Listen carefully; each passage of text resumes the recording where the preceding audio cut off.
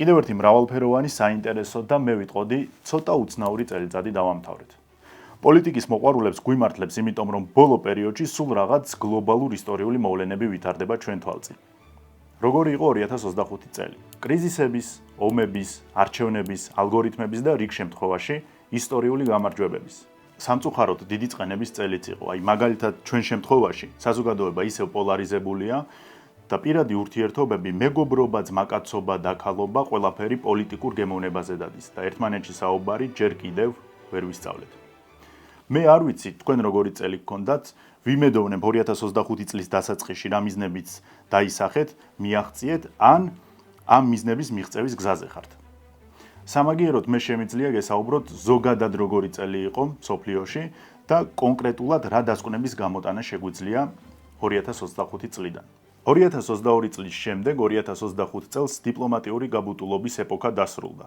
20 იანვარს დონალდ ტრამპის უფლებამოსილება ოფიციალურად შევიდა ძალაში და როგორც მოსალოდნელი იყო, რუსეთთან პირდაპირი დიალოგი განაახლა. ტრამპი და პუტინი ერთმანეთს ამერიკაში ალასკას შტატში შეხვდნენ და 2021 წლის შემდეგ პირველად ამერიკისა და რუსეთის პრეზიდენტებმა პირისპირ ისაუბრეს. ამ შეხვედრის შემდეგ უკრაინის კონფლიქტის დასრულებას ახალი სიცოცხლე მიეცა და მცირე პროგრესიც გამოჩნდა. კონფლიქტის დასრულება ტრამპისთვის პრინციპულია და პირდაპირ რომ ვთქვათ, მის ღირსებასაც კი ეხება, რადგან თუ გავიხსენებთ, მისი ერთ-ერთი მთავარი დაპირება უკრაინის ომის დამთავრება იყო. კი, ამას უფრო მარტივად წარმოიდგენდა, უფრო იოლად უყურებდა და ზოგჯერ ამ მომრჩეველს ეუბნებოდა, რომ 24 საათიც კი საკმარისი იქნებოდა, რაც საბოლოოდ ასე არ აღმოჩნდა. ანკორიჯის შეხვედრის შემდეგ გაჩნდა ომის დასრულების კონკრეტული წინა პირობები და წითელი ხაზები. აქ იგულისხმება რა უნდა შესრულდეს ორივე მხარისთვის უპირობოდ, რომ შეთანხმებაზე საუბარი საერთოდ შეიძლებოდეს. რუსეთისთვის ეს მაგალითად არის დონბასი უკრაინამ სრულად უნდა დაუთმოს და არ უნდა გაწევრიანდეს ნატოში, ხოლო უკრაინისთვის მაგალითად არმიის შეკვეცა 800.000-მდე. ახლა მხარეები მუშაობენ შუამავალ პუნქტებზე, რომ რაღაც საერთო ენა გამონახონ, რა და როგორ დასრულდება ეს ჯერჯერობით უცნობი არის, მაგრამ ფაქტი ის არის, რომ პირველად კონკრეტული პროგრესი გამოჩნდა კონფლიქტის დასრულებაზე. ამ ამბავში კი საინტერესო არის არა მხოლოდ ის, რომ რუსეთი და ამერიკა დაუბრუნდნენ მოლაპარაკების მაგიდას, არამედ ისიც, რომ ევროპის ადგილი ამ მაგიდასთან ვერ გამოიძებნა. შეიძლება სრულად არ ხდება ევროპელების იდეებისა და ხედვების დაიგნორება, მაგრამ დიდად გასათვალისწინებლადაც არავის მიაჩნია. ომში ევროპას ცალსახად უკრაინის მხარე ეჭირა, მაგრამ ერთიანობის ნება ვერ გამოვლინდა. ევროკავშირში ვერ შეთანხმდნენ ვერც გაყინული რუსული აქტივების გამოყენებაზე და ვერც ისეთი იარაღის მიწოდებაზე, როგორიც არის გერმანული ტაურუსი. ამას ხვდებიან კრემლშიც და აცნობიერებენ, რომ ახლა ევროკავშირი პოლიტიკურად ერთიანი არ არის, ხოლო ანტიუკრაინული განწყობები სულ უფრო მზარდია. უნგრეთი, სლოვაკეთი და ახლა უკვე ჩეხეთი სულ უფრო დისტანცირდებიან იმ იდეისგან, რომ ევროპამ უკრაინის დახმარება უნდა გააგრძელოს. რუსეთში ხვდებიან, რომ ევროკავშირი ახლა მტკიცე ომისთვის მზად ფსიქოლოგიურად არ არის. კი, წნეხით მოქმედება შეუძლიათ, მაგრამ ეს სერიოზულ პოლიტიკურ გადაწყვეტილებებში ვერ ტრანსფორმირდება. აქამდე ევროპელი ლიდერები ყველანაირად ცდილობდნენ პუტინთან დიპლომატიური გაბუტვის პოზიციაში ყოფილიყვნენ და პირდაპირ დიალოგზე უარს ამბობდნენ. თუმცა, როდესაც მიმოიხედეს და აღმოაჩინეს, რომ რუსეთი და ამერიკა მათ გარეშე წყვეტენ რა როგორ უნდა დასრულდეს, პოზიციების შერბილება მოუწიათ. მაგალითად, მაკრონმა განაცხადა, რომ ვლადიმირ პუტინთან საუბარი სასარგებლო იქნებოდა. სხვა შემთხვევაში გამოდის, რომ ევროპელი ლიდერები უბრალოდ ერთმანეთში აწარმოებენ მოლაპარაკებებს. ეს მოლაპარაკებები გრძელდება ამერიკელებთან, რომლებიც დამოუკიდებლად ხვდებიან რუსებს და მოსკოვთან ევროპელების გარეშე საუბრობენ. ანუ მთელი ეს 3-4 წელიწადი, რასაც აკეთებდნენ, მორიგისულადური გადაწყვეტილებები იყო? გააჩნია როგორ შევხედავთ, ხან კი, ხან არა. არის ერთი ასეთი დაუწერელი მყარი ფუძე მოლაპარაკებებისთვის. დიპლომატიურ ურთიერთობებში უპირატესობა გამომდინარეობს იქიდან, თუ რა ვითარებაა ველზე. ის, რომ ამერიკელები ახლა რუსებს ანიჭებენ უპირატესობას მოლაპარაკებებში, უპირატესობასაც ვერ დავარქმევთ, ეს არის გათვალისწინება. განპირობებულია იქიდან, თუ რა ვითარებაა ველზე და ფრონტზე ახლა რუსებს აქვს უპირატესობა. როგორ პირიქითაც არ უნდა დახატოს ზოგიერთმა ქართულმა ტელეგრამმა, სამწუხაროდ რეალობა არის ის, რომ რუსეთს ახლა აქვს დიდი უპირატესობა, ინიციატივა არის მათ ხელში, წინ მიიწევენ. უკეთესი ვითარება აქვს სამხედრო მრეწველობის კუთხით და ასევე რაც მთავარია, ცოცხალი ძალის შევსების უნარი, მიუხედავად მათი ხარისხისა, რუსებს უფრო მაღალი აქვს. ვინმეს ეჭვი ეპარება პირიქით, რომ ყოფილიყო სიტუაცია და აშკარა უპირატესობა უკრაინას ჰქონოდა, ამერიკა მოლაპარაკებებში უკრაინელებს არ მიანიჭებდა პრივილეგიებს? ბოლომდე გაწურავდნენ რუსეთს და ისეთ დამამცირებელ პირობებს ჩაუწერდნენ, რასაც ახლა უკრაინას მოუწოდებენ, მათ შორის დონბასის რუსეთისთვის ჩუქებას. ამ წელიწადმა განსაკუთრებით გვაჩვენა, რომ ერთობა არ ნიშნავს ერთიანობას. ამას აქვს ორი მხარე. მიუხედავად იმისა, რომ ეს განპირობებულია ისევ და ისევ ძლიერი დემოკრატიული პრინციპებიდან გამომდინარე, შეიძლება საბოლოო მიზნისთვის ეს დამაზიანებელია. ახლა ახსნი რას გულისხმობ. ავიღოთ უნგრეთი და სლოვაკეთი. ევროკავშირის წესდების მიხედვით მათ აქვთ უფლება ნებისმიერ გადაწყვეტილებაზე დაადონ ვეტო. 27 ქვეყნიდან შეიძლება 2 იყოს წინააღმდეგი და დანარჩენებმა თავისი ვერ გაიტანონ. ის რომ საფრანგეთს, გერმანიას, ესპანეთს, პოლონეთს თავისი ვერ გააქვს უნგრეთის და სლოვაკეთის გამო, ეს ხაზს უსვამს პირველ რიგში თანასწორ უფლებიანობას, მაგრამ ამას აქვს მეორე მხარეც. თუ ეს გადაწყვეტილება არის კავშირისთვის სასარგებლო და საჭირო და მხოლოდ ერთეული ქვეყნები არიან უარზე, მაშინ რა უპირატესობა აქვს ორგანიზაციას როგორც ერთიანობას? პირიქით, ამ შემთხვევაში მისი მთავარი სიძლიერე ხდება მთავარი სისუსტე. მე ასე უყურებ, რომ თუ კავშირები არ დააწესებენ ფორს-მაჟორულ სიტუაციაში გადაწყვეტილების მიღების მკაფიო წესებს და ისარგებლებენ იგივე წესებით, რაც მშვიდობიანობის პერიოდშია, მაშინ ამ კავშირის სისუსტე გარდაუვალია. არ მუშაობს მექანიზმი ეფექტიანად, როდესაც ყველას აქვს გადაწყვეტილებაზე გავლენის ბერკეტი. საუბარი მაქვს ისევ და ისევ საომარ საგანგებო ვითარებაში და არა მშვიდობიან გარემოში. ასე დროს საჭირო არის მტკიცე ხისტი მკვეთრი გადაწყვეტილებები და არა პრეს-რელიზები, მკითხაობები და ასე შემდეგ. მოსკოვი და ვაშინგტონი თავის გადაწყვეტილებებში უფრო თამამები არიან, შესაბამისად მარტივად იპოვეს საერთო ენაც. საბოლოოდ ევროკავშირის მხრიდან ასეთი გაბანტულობა მათ სისუსტეს უსვამს ხაზს. ჯერ საუბარი იყო ტაურუსების გადაცემაზე, საბოლოოდ ვერ შეთანხმდნენ, მერე მსურველთა კოალიციის შექმნა და უკრაინაში მოხალისეების გაგზავნაზე აქტიურობდა მაკრონი, საბოლოოდ უარი თქვეს, მერე შეიკრიბნენ გაყინული რუსული აქტივების გამოყენებაზე სალაპარაკოდ და ისევ ვერ მიიღეს გადაწყვეტილება და ბოლოს საკუთარი ჯიბიდან გამოყვეს 90 მილიარდი ევრო. რეალურად ევროკავშირის პრობლემები დღეს საკმაოდ ბევრია, თუმცა ისინი წინა წლებშიც კარგად ჩანდა. ტრამპის მოსვლამ და ევროპის ტერიტორიაზე მისი თანამოაზრეების გაჩენამ ორგანიზაცია კიდევ უფრო დაასუსტა და საერთო მოქმედებებში ხელის შეშლა გამოიწვია. დღეს ევროკავშირი ერთიანი ორგანიზაცია არ არის.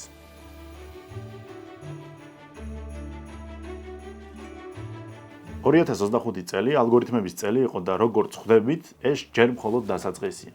ჩვენ შეჩვეული ვართ იმას, რომ სოციალური ქსელები ბიზნეს გაყიდვებსა და ბრენდის იმიჯის პრომოციაში მნიშვნელოვნად ეხმარება. აქ ახალი არაფერია. ციფრულ სამყაროში სამიზნე რეკლამა იმაზე ეფექტიანად ეძებს საჭირო მოხმარებელსა და აუდიტორიას, ვიდრე სხვა ნებისმიერი საშუალება, მაგრამ თანამედროვე ალგორითმების წყალობით სოციალურმა ქსელებმა პოლიტიკაში ნამდვილი რევოლუცია მოახდინეს. ზოგადად პოლიტიკოსების პრობლემა რა არის, რომ ვიღაცას აქვს დიდი ფინანსური ზურგი, ვიღაცას არა. კი, იყო და არის შემთხვევები, როცა მცირე ფინანსების ძალებმა სადღაც შეძლეს გამარჯვების მოპოვება, მაგრამ ეს უფრო პრეცედენტები იყო. სტაბილურად დიდი ფული უგებდა პატარა ფულს, მით უმეტეს თუ ეს უკანასკნელი ოპოზიციაში იმყოფებოდა. მაგრამ 2025 წელს ოპოზიციონრებისთვის სოციალური ქსელების ალგორითმებმა დააკომპენსირეს ფინანსების სიმცირე და მხოლოდ ფინანსებშიც არ არის საქმე. ზოგადად ყურადღება ასე უფრო ეფექტიანად მიიქციეს, ანუ პოლარიზებულ გარემოში დობაზე მაღლა ყურადღება დგას. თან პოლიტიკოსებმაც კარგად აუღეს ალღო სოციალური ქსელების გამოყენებას, ცდილობენ იყვნენ განსხვავებულები თავიანთი ოპონენტებისგან და საკუთარი ნიშა იპოვონ. რეალურად ვინც სოციალური ქსელებით თავის გამარჯვებაში დიდი წვლილი შეიტანა, მაგალითად ზოჰრან მამდანი, რომელიც ნიუ-იორკის მერი გახდა, გასულ წელს კლაუდია შეინბაუმი, რომელიც მექსიკის პრეზიდენტი გახდა და ასე შემდეგ, სინამდვილეში არიან ძლიერი ინდივიდუალისტებიც და ეს მათ კონტენტშიც აისახა. მამდანი სახალისო ვიდეოებს იღებდა, არაორდინალური იყო, კარგად იყენებდა იუმორს და სარკაზმს. შეინბაუმი კი პირიქით, მშვიდი, წყნარი, ზოგადი ხმაურიანი არჩევნების ფონზე ჩუმი და ქაოსში ერთგვარ წესრიგს განასახიერებდა. დღეს ალგორითმები ემოციებზე აკეთებენ აქცენტს და არა ბალანსზე. თანამედროვე პოლიტიკოსებმა კი ზუსტად იციან, რომ ახლა ბრძოლის ველი გადის სოციალურ ქსელებზე, სადაც უპირატესობის მოპოვება საჭირო კი არა, სავალდებულოა, აუცილებელია. შორს რომ აღარ წავიდეთ, ტრამპიც ხომ იგივე ინსტრუქციით სარგებლობდა. მან ნაკლები ყურადღება დაუთმო ტრადიციულ მედიას და თითქმის სრულად გადაეშვა ციფრულ სამყაროში. სწორად აარჩია ინფლუენსერები, სამიზნე აუდიტორია, დარგების სფეროები, გავლენის ლიდერები და ასე შემდეგ, რამაც საბოლოოდ დამაჯერებელი გამარჯვება მოუტანა. ქართულ პოლიტიკაში რთულია სოციალურ ქსელებში ფეხის მოკიდება, რადგან აქ ახალგაზრდა პოლიტიკოსებიც კი ტენდენციურები არიან და ერთმანეთს უფრო ბაძავენ, ვიდრე ორიგინალობის გამოვლენას ცდილობენ. ბოლო არჩევნები რომ ავიღოთ, მაგალითად თვითმმართველობები, მეტნაკლებად ყველა ერთი და იგივეს აკეთებდა. კატები, ბაზრობები, ფოტოები მოხუცებთან, მეტროში ჩასვლა-ამოსვლა და ასე შემდეგ. სამწუხაროდ საქართველოში პოლიტიკური კლასი ძალიან დაბალია.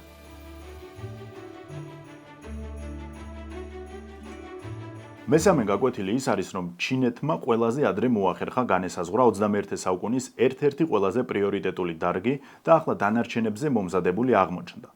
2025 წელს ჩინეთმა საბოლოოდ განიმტკიცა ზესახელმწიფო სტატუსი და კლანჭებიც კი გამოაჩინა. წლების განმავლობაში ამერიკა თავის ეკონომიკურ დომინაციას საერთაშორისო ფინანსებში განსაკუთრებით იყენებდა პოლიტიკური მიზნების მისაღწევად. 2025 წელს აპრილსა და ოქტომბერში პეკინმა აჩვენა, რომ უკვე მასაც გააჩნია ეკონომიკური უპირატესობები და მათი გამოყენება ერთგვარი იარაღის სახითაც შეუძლია. ჩინეთის ბერკეტი იშვიათი მეტალებია, რომლებიც თანამედროვე სამხედრო და სამრეწველო ინდუსტრიებში ყველაზე საჭიროა. წლების განმავლობაში ჩინეთი მუშაობდა იმაზე, რომ იშვიათი მეტალების მიწოდების ჯაჭვში უპირობო დომინანტი ყოფილიყო. დღეს ქვეყანა მსოფლიოს იშვიათი მეტალების 60%-ს მოიპოვებს და გადამუშავების სიმძლავრის 90%-ს ფლობს. აპრილში, როცა ტრამპმა ჩინეთის პროდუქციაზე გადასახადები გაზარდა, პეკინმა შტატებში მაგნიტებისა და 7 იშვიათი მეტალის ექსპორტი შეწყვიტა. შემდეგი ერთი თვის განმავლობაში ტრამპმა გადასახადები ისევ შეამცირა. დაახლოებით იგივე განმეორდა მერე ოქტომბერშიც. ეს 1 და 2 დღის საქმე არ არის. ჩინეთმა რამდენიმე წლით ადრე განსაზღვრა, რა იქნებოდა მომავლის ტექნოლოგიების ფუძე და შემდეგ მთელი ძალები იქით მიმართა, რომ ამ ტექნოლოგიებისთვის საჭირო მეტალების წარმოებაში ყოფილიყო უპირობო დომინანტი. მთელი დედამიწის გარშემო მათ დაიწყეს საბადოების ძებნა და შესყიდვა. დღეს ამ ბაზარზე შეღწევა და დომინანტობის მოპოვება წარმოუდგენელია. განსაზღვრე მომავლის ერთი მთავარი კონტური, შეარჩიე ნიშა და მთელი ინვესტიციები მიმართე ამ მიმართულებით. ზუსტად ამ გაკვეთილით იხემძღვანელა ჩინეთმა თავის დროზე და წელს განსაკუთრებით დაგვიმტკიცა მისი მნიშვნელობა. ეს იყო 2025 წლის სამი მთავარი გაკვეთილი, რომელიც ჩვენზე პირდაპირ თუ ირიბად მაინც აისახება. ამიტომ ყოველთვის უნდა ვიცოდეთ, რა ვექტორით მიემართება სამყარო. რაც შეგვეხება ჩვენ. წელს იყო ბევრი კარგიც და ბევრი ცუდიც. ერთადზე იმობდით დიდ გამარჯვებებს, მაგრამ ისე ვერ ვიზიარებდით ერთმანეთის ტკივილს და წუხილს. სამწუხაროდ, წელსაც საზოგადოება პოლარიზებულია და ჯერ საერთოდ არ ჩანს სინათლე გვირაბის ბოლოს. პოლიტიკურმა ანგაჟირებამ და მგზნებარებამ საერთოდ წაგვართვა თანაგანცდის გრძნობა. ყველაზე ცუდი იცით რა არის, რომ ჩემი დაკვირვებით ადამიანებს ის კი არ აინტერესებს თუ რა შეიძლება იყოს რეალური ჭეშმარიტება, რომელიც ზოგადად მიიღწევა ან საუბრით, ან კომპრომისით. არამედ ყველას საკუთარი სიმართლე შერეული, შეზელილი აქვს პირად სიამაყესთან, რაც არაფრის მომცემ სიჯიუტეში გადაიზრდება. ამიტომ, როდესაც არგუმენტს ან კონტრარგუმენტს მოყვან, ამას იღებენ პირად შეურაცხყოფად. და ნაცვლად საუბრისა მათთვის ყველაზე მარტივი არის რაღაც იარლიყი მოგაკერო. დაუკვირდით, ჩვენ პოლიტიკური ხედვა კი აღარ გაგვაჩნია, არამედ ეს პოლიტიკური ხედვა ხდება ჩვენი იდენტობა და მერე ვიწყებთ ამით საზრდოობას. თუ არ ლაპარაკობენ იმაზე, რასაც ჩვენ თავს ვთვლით, მაგალითად, პროევროპელობა, პროამერიკელობა, პრორუსობა, პროჩინურობა, პროაღმოსავლურობა და ასე შემდეგ ნებისმიერი იმ ადგილს ვტოვებთ. იმ ხალხს აღარ ვეკონტაქტებით. ვეძებთ ჩვენნაირი იდენტობის ადამიანებს და სულ უფრო ვიკეტებით მათთან ერთად და სულ უფრო დისტანცირდებით განსხვავებული აზრებისგან. ასეთი ვაკუუმები იწვევს იმას, რომ იქ შემავალი ადამიანების დიდ ნაწილს სამწუხაროდ სინამდვილეში საკუთარი მოსაზრება საერთოდ არ გააჩნიათ. მათ უბრალოდ აირჩიეს ერთი კონკრეტული იდენტობა, სოციალიზდნენ ერთ კონკრეტულ საზოგადოებაში და ახლა პროცესებს ბრმად მიუყვებიან. მერე როცა მოუყვან ფაქტებს, არგუმენტებს, მაინც ურჩევნიათ არ აღიარონ საკუთარი შეცდომები. იმიტომ რომ ამას მიიღებენ პირად შეურაცხყოფად და დამცირებად, რაც რა თქმა უნდა ასე არ არის. და აქ კიდევ გვაქვს ერთი მწარე რეალობა. საკმარისი, ანუ ასეთ დროს ადამიანს უწევს არა მხოლოდ იმის აღიარება, რომ რაღაც კონკრეტულ ამბავში იყო შეცდომა შეყვანილი, არამედ იმისიც, რომ მთელი ამ წლების განმავლობაში, კონკრეტული პერიოდის განმავლობაში რისიც ჯეროდა, თურმე ტყუილი იყო. და მთელი ეს პერიოდი შავზე ამტკიცებდა, რომ თეთრი იყო. დასანანია ისიც, რომ მთავრობა არ ცდილობს სიტუაციის განმუხტვას. პირიქით, ამწოვებს კიდეც. რა არის იცით, რომ წინა ვიდეოში, როდესაც განვიხილეთ აზერბაიჯანული მედიის წერილები, რომელიც ჩვენს წინააღმდეგ დაწერეს, იქ ეწერა, რომ აზერბაიჯანი დაიცავს თავის მოქალაქეებსა და თანამემამულეების ინტერესებს, როგორც ქვეყნის, ისე მის გარეთ და ამას საქმითაც ამტკიცებდა. მერე გითხარით, რომ ჩვენ იგივეს გაკეთება გვიჭირს და გითხარით, რომ მაგალითად ჰერელი ქართველების ინტერესები იგნორდება.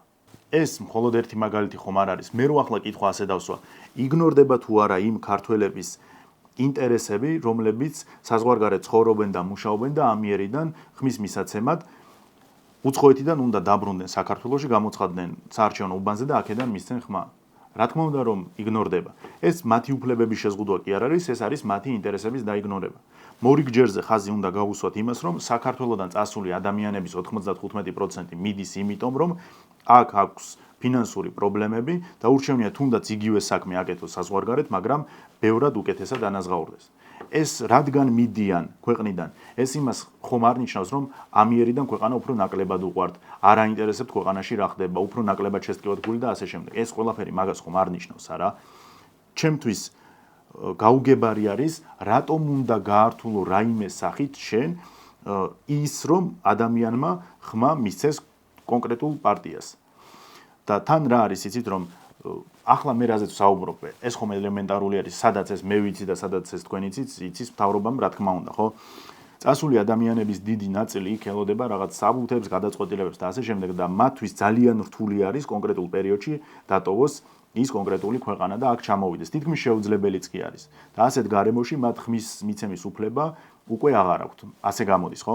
ის რომ მთავრობას სუსტი პოზიციები აქვს ემიგრანტებში, ეს ოცნების ბრალია და არა ემიგრანტების. თუნდაც გავიხსენოთ ბოლო ყველაზე რეზონანსული ამბავი. ამდენი ხანი მთავრობას ადამიანები სთხოვენ გვაჩვენეთ არაბული ქალაქების ინვესტიციის პირობები. რა არის ახლა ამ თხოვნაში ან მოთხოვნაში ისეთი, რომ ადგე და გაასაჯარო თუ მართლა რაღაც კატასტროფა პირობები არ გაქვს ჩადებული. თან მე რაც მახსოვს, ადამიანების დიდი ნაწილი, ახლა მე არ ვსაუბრობ პოპულისტებზე და ასე შემდეგ. ადამიანების დიდი ნაწილი წინააღმდეგი კი არ იყო ამ ინვესტიციების, არამედ ითხოვდნენ გამჭვირვალობას. და მთავრობას ნაცვლად იმისა, რომ გაესაჯაროებინა სამართლიანად და ეჩვენებიან, რომ აი ამ პირობებზე თანამშრომლობთ, ამ პირობებზე შემოყვავს ინვესტორი და ასე შემდეგ, რა გააკეთა, ყველა ერთ გვაფში ჩაყარა და მოღალატეები ეძახა. არადა რომ გავიხსენოთ, მთელი 2 წელი რას ამბობდნენ, გამჭვირვალობაში ცუდი რა არის, ხო? ახლა იგივე კითხვა აქვს ამ ხალხს მთავრობასთან. გამჭვირვალობაში ცუდი რა არის? ხალხიც უკვე ისე დაზარჩია საკუთარი სიმართლის მტკიცებით და ზემოთ რაც გითხარით, ნებისმიერ განსხვავებულ აზრს პირადი ღირსების შეურაცხყოფად იღებენ, რომ ნაწილი საერთოდ მოწყდა რეალობას. დარწმუნებული ვარ, თქვენც ხედავთ სოციალურ ქსელებში, როგორ წერენ ადამიანები იმას, რომ ნაც ან ქოც ძმაკაცთან და ქალთან ურთიერთობა დაასრულეს. თან რაღაცნაირი სიამაყით რომ წერენ, გეგონება დიდი მიღწევა არის. აი რო დავფიქრდეთ, ვინ არის ძმაკაცი ან ვინ არის დაქალი? ადამიანი, რომელიც წლების განმავლობაში ჩვენთან იყო, რომელთანაც გვაკავშირებს უამრავი კარგი თუ ცუდი მოგონება.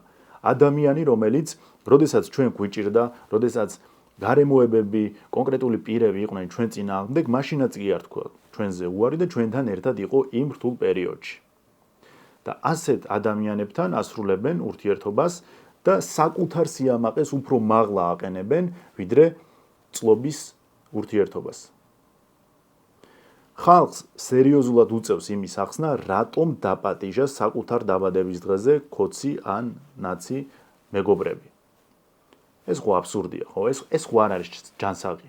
პატარა პარტიებსაც თუ დააკვირდებით, ისინიც ამ ბოლო დროს ხშირად ვეღარ აკონტროლებენ ადეკვატურობას.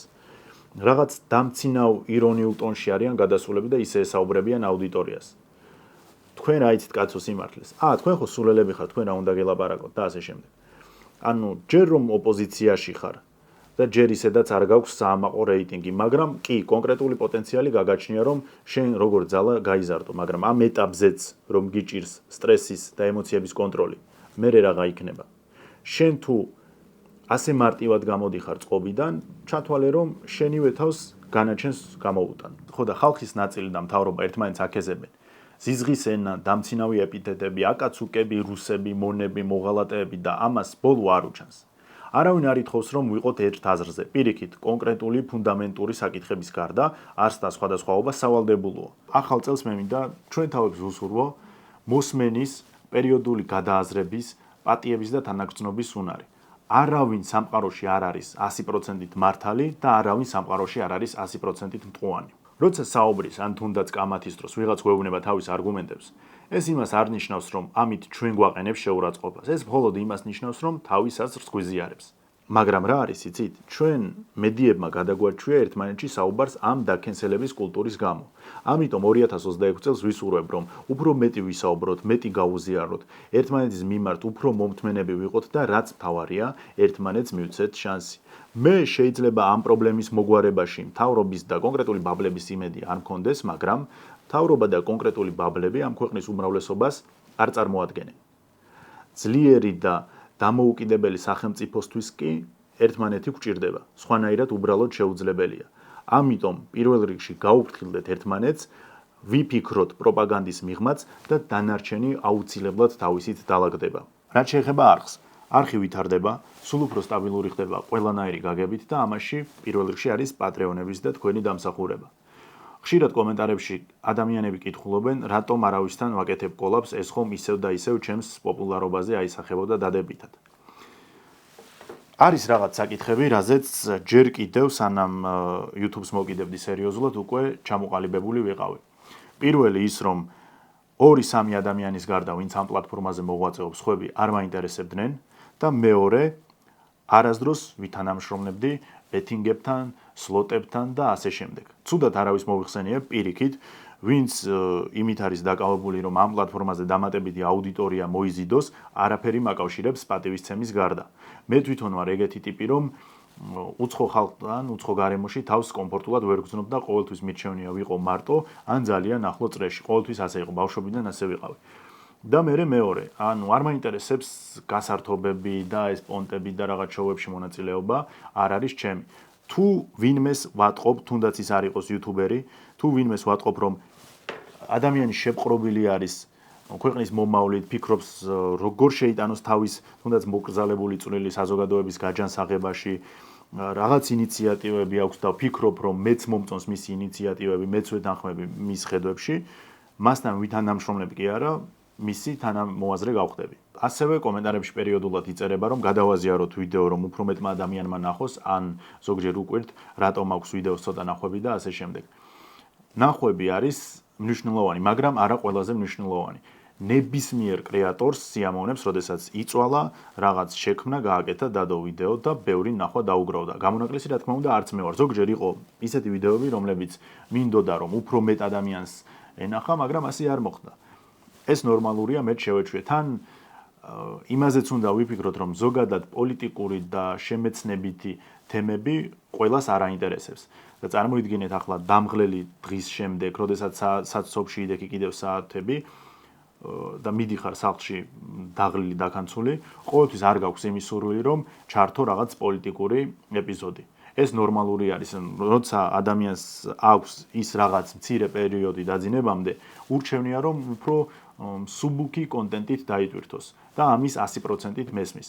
მაგრამ აქ საქმე სხვა რაღაცაშია. ზუსტად ასეთი ტიპის ვიდეოებს უყურებენ ისეთი ადამიანები, რომლებიც ვახსენეთ წეღან, ისინი არამხოლოდ უყურებენ, არამედ შეპყრობილი არიან იმით, რომ მომავალში იხილონ ძლიერი დამოუკიდებელი ქვეყანა. იმ 1%-ში არის ზუსტად საქმე, რომელიც სტაბილურად უყურებს ამ ვიდეოებს. ერთია ის ყველაფერი, რასაც თქვენ ხედავთ კამერიდან და რაც ჩანს და მეორე არის, რასაც ვაკეთებ და არ ჩანს. ამ გზაზე უამრავი საინტერესო ადამიანი გავიცანი. აიცით როგორი ფილმის პერსონაჟი რომ გეგონებათ, იმდენად ჩვენთვის მიუწვდომელ საქმიანობას ეწევიან. ზოგს ისეც მოუწერია, რომ ამა და ამ ქვეყანაში ვარ და ამა და ამას საქმიანობ, რომ რამდენიმე დღე მეც შოკში ვიყავი. იმედი მაქვს, მალე მოვა ის დრო, როდესაც ასეთ ადამიანებს პირადად გაგაცნობთ, სპეციალურად არც ვიდეოში უყვები, არც ტელეგრამზე ვწერ, იმიტომ რომ მინდა ზუსტად ისე გავაკეთო, ზუსტად ისე გადავიღო, როგორც წარმომიდგენია, მაგრამ წინასწარ ერთს გეტყვით, რომ ძალიან იამაყებთ. იამაყებთ იმიტომ, რომ სფეროში, სადაც ერთი შეხედვით დომინირებენ ბრიტანელები, ამერიკელები და ფრანგები, თურმე დომინანტი ძალა არის ქართველების პატარა ჯგუფი. დაინტრიგდით, ხო? მინდა იცოდეთ, როდესაც მე თქვენ მოგმართავთ, მე ვესაუბრები არამხოლოდ უბრალოდ აუდიტორიას, არამედ ჩემს წარმოდგენაში მე მივმართავ იმ ადამიანებს, რომლებიც უკვე ახლა თუ არა მომავალში აუცილებლად შეძლებენ ამ ქვეყნის მომავლის განსაზღვრას. ადამიანებს, ვისაც შეუძლია ზრუნვა ოჯახზე, სამეგობროზე, სადაქალოზე, საძმაკაცოზე, ქუჩაზე, უბანზე, სოფელზე, ქალაქზე და რა თქმა უნდა ქვეყანაზე. მე თქვენ 99%-ს პირადად რა თქმა უნდა რომ არ ვიცნობ. მაგრამ იმაში ვარ დარწმუნებული, რომ ჩემ არხზე შემთხვევით თუ სპეციალურად შემოსული ადამიანი პირველ რიგში ფიქრობს იმაზე, როგორ გახადოს ეს ქვეყანა უკეთესი და როგორ გახადოს ამ ქვეყნის საზოგადოება უკეთესი. ამიტომ ყოველთვის ვამბობ, რომ თუ ასეთი ფიქრის შემთხვევაში სხვა ყველაფერი არის მეორე ხარისხოვანი. ჩვენ ყოველთვის შევძლებთ საერთო ენის გამონახვას, როგორც YouTube-ზე, ისე Telegram-ზე, ისე პირად ურთიერთობაში და ასე შემდეგ. თქვენ ვინც ახლა ამ ვიდეოს უყურებთ, პირველ რიგში გისურვებთ, რომ თქვენი ოჯახის წევრები იყვნენ ჯანმრთელები და უზრუნველყოფილები. გადაგვედგას ის ნაბიჯები, რისი გადადგმაც გვეშინია. თუ რომელიმე თქვენგანი ახლა ფიქრობთ, რომ ცუდი პერიოდი გიდგა ცხოვრებაში და ყველაფერი ერთი ადგილისკენ მიდის, იცოდეთ, რომ ეგ დროებითია და კი, ცუდი რაღაცები ხდება. ცუდი რაღაცები ხდება, მათ შორის ჩემგენაც. სირთულეების გარეშე უბრალოდ ვერ ვიცხოვრებთ. სამაგიეროდ რამდენ დასკვნას გამოვიტანთ, რამდენ ახალ ძალას აღმოვაჩენთ ჩვენ თავში. გისურვებთ ბედნიერებას, თქვენი თავით აღფრთოვანებას და საკუთარი ძალების უსაზღვრო რწმენას. ჩემ თავს ამ ყველაფერთან ერთად უსურვებ იმას, რომ 2026 წელს რაც შეიძლება ბევრ ქვეყანაში შევძლო მოგზაურობა, რომ თქვენთან ერთად შევისწავლო ამ ქვეყნების პოლიტიკა, ხალხი, კულტურა, დაღმასვლა, ტრაგედიები, აღმასვლა და წარმატების საიდუმლო, რომ მე ერთად კონკრეტული დასკვნები, ჩვენთვის საჭირო დასკვნები ერთად გამოვიტანოთ. მადლიერი ვარ თქვენი და სულ ვამბობ, რომ მადლობა ცხოვრებას ამ გზისთვის, იმ ადამიანებისთვის, რომლებიც ამ გზამ გამოაჩინა ჩემ ცხოვრებაში, გამაც რომ მომიყვანა და ასევე იმათვის, ვინც ჩამომაშორა. თქვენ კი არ ხართ ამ თავგადასავალში ჩემთან ერთად, არამედ პირიქით მე ვარ თქვენთან ერთად. და ერთი რამ გახსოვდეთ ყოველთვის.